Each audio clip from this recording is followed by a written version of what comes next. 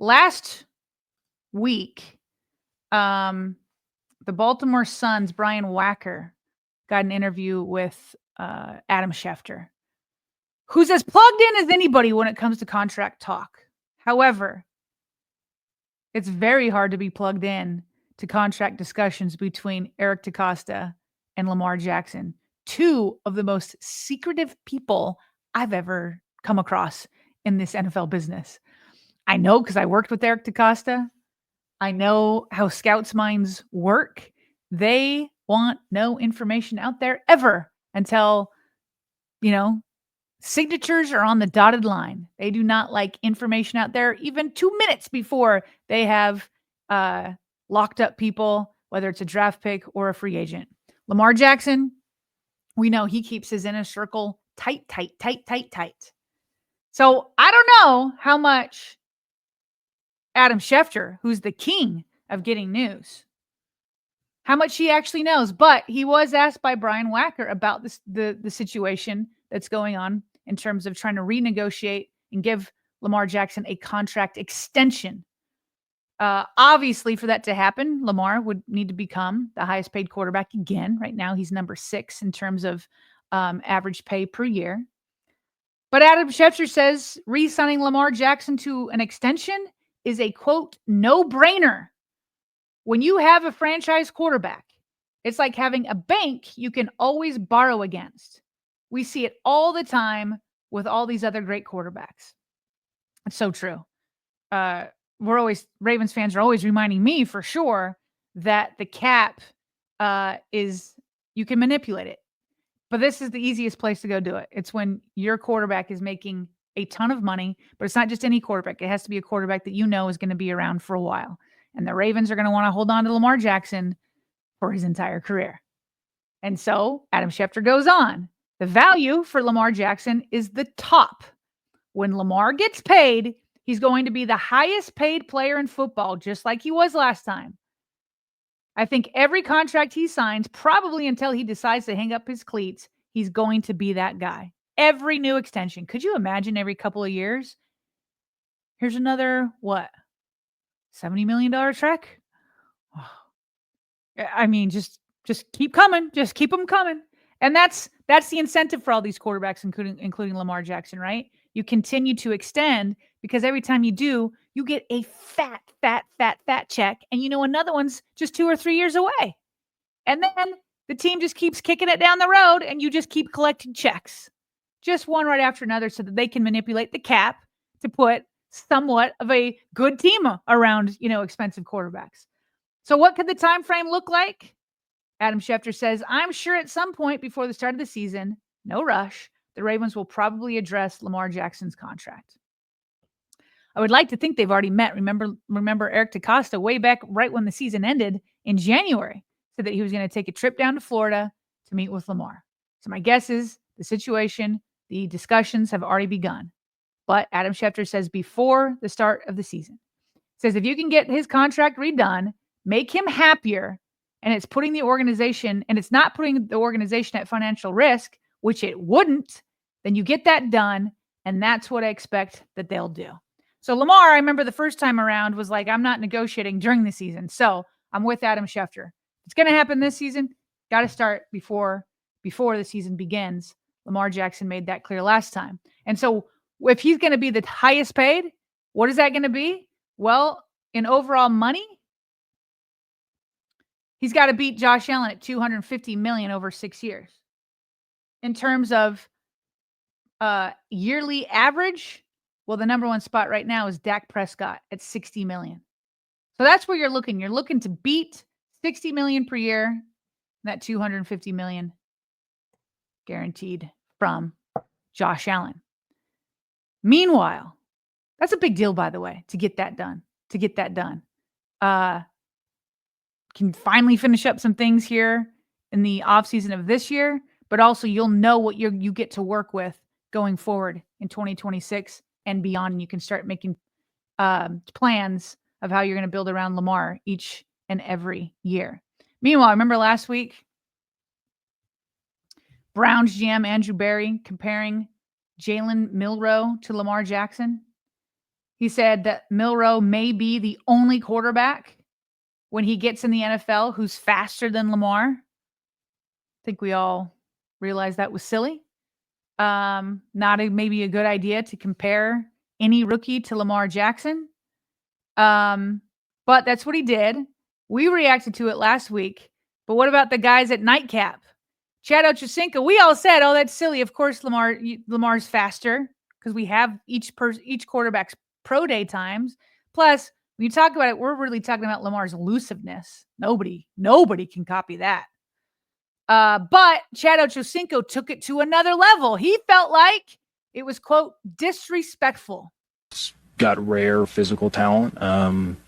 He may be the only, when he gets in the NFL, he may be the only quarterback who's faster than Lamar. Don't tell Lamar I said that, please. He's got rare physical gifts. He's strong, he's fast, he's got a really strong arm. He has things that no other players at the position. Wow. Should he? Will he? Can he be a day one quarterback? And do you think he's faster than Lamar Jackson? No, don't compare anybody to Lamar Jackson. It's disrespectful. It's disrespectful just because he has the attributes and he runs straight. He runs straight in a fast line. That's I mean, honestly, no, don't do that. Lamar Jackson is fast laterally. He's fast straight ahead. He's fast going backwards. It's different.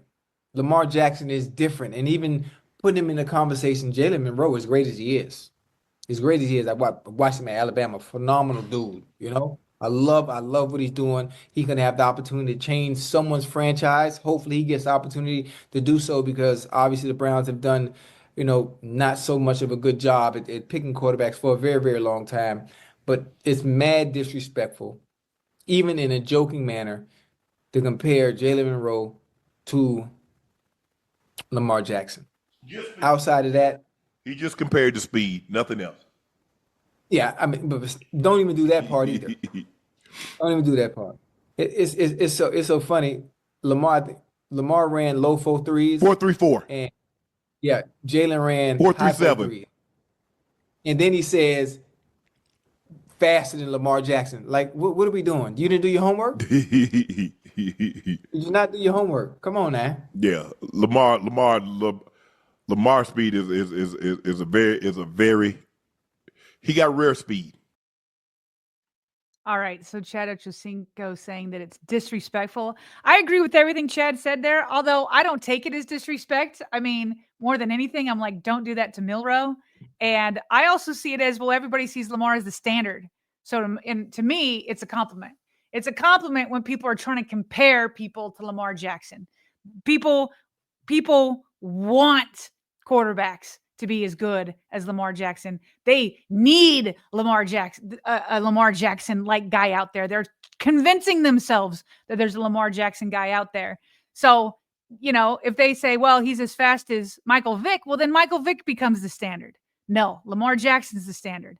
Every time people do it, like, it's just like you're hurting the draft pick, but he sees it as disrespect. I see it as a compliment. And also, he's still wrong. He's still wrong.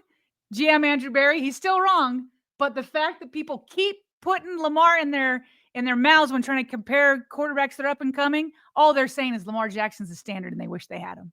That's all they're saying. Now, I keep saying that it's not fair to these rookies, but Milroe, he didn't shy away from it when he was at the Senior Bowl.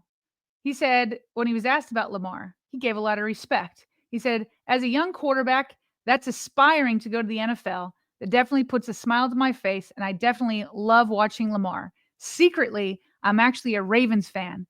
I grew up a Ravens fan, so I pull for the Ravens. That's what Milroe said at the Senior Bowl. And you know what's funny? Here's what's crazy. It would not shock me at all if he grew up a Ravens fan and he ends up a Ravens enemy. Would it shock anybody here that either the Steelers or the Browns end up drafting Milroe? Jalen Milroe and Lamar Jackson in the same division? Very well could happen. Not guaranteeing it, but it very well could happen. Now, one last thing on Lamar, because during that video, I was able to check out Twitter, to see what was going on at this press conference here. Let me zoom in here so you can see what I'm seeing. Just a little tidbits from the presser that are going on right now, according to the reporters that are there. So we've got strength and conditioning coordinator Scott Elliott. He was asked about how healthy the team has been since he took over. And, he's pretty happy about it for sure. He says injuries impact all 32, but this is Jeff Zrebeck, but Ravens have had 2 consecutive good years on the injury front. Elliott said it's been a matter of good preparation meshing with good luck. Absolutely. You can't take luck out of it whatsoever. But boy, is he off to a good start after the Ravens had to move on from their previous strength and conditioning coach.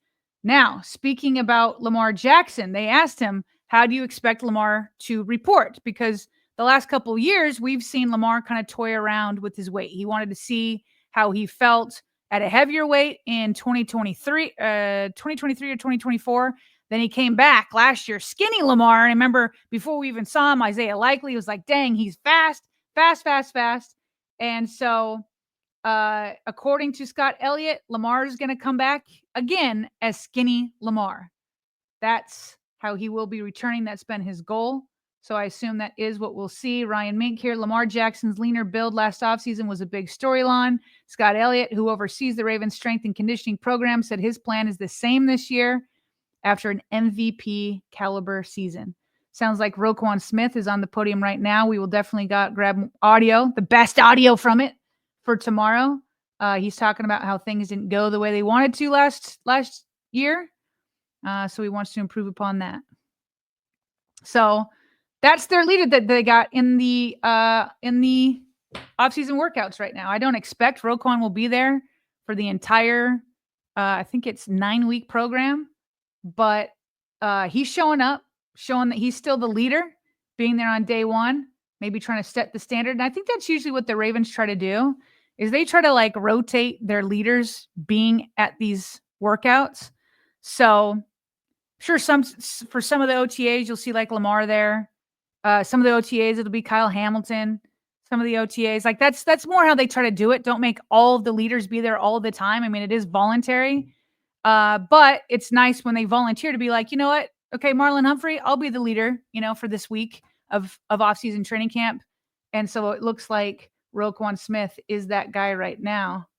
And it sounds like here from Ryan Mink that he's had some training sessions with Trenton Simpson, who I just named as one of the 3 people who I think need to have a really big offseason and get ready for 2025. So he's already been working out with Trenton. Good. That's leadership. We need to get him there. Have that third rounder develop into something that we all thought he could be, which was the starter to take over from Patrick Queen.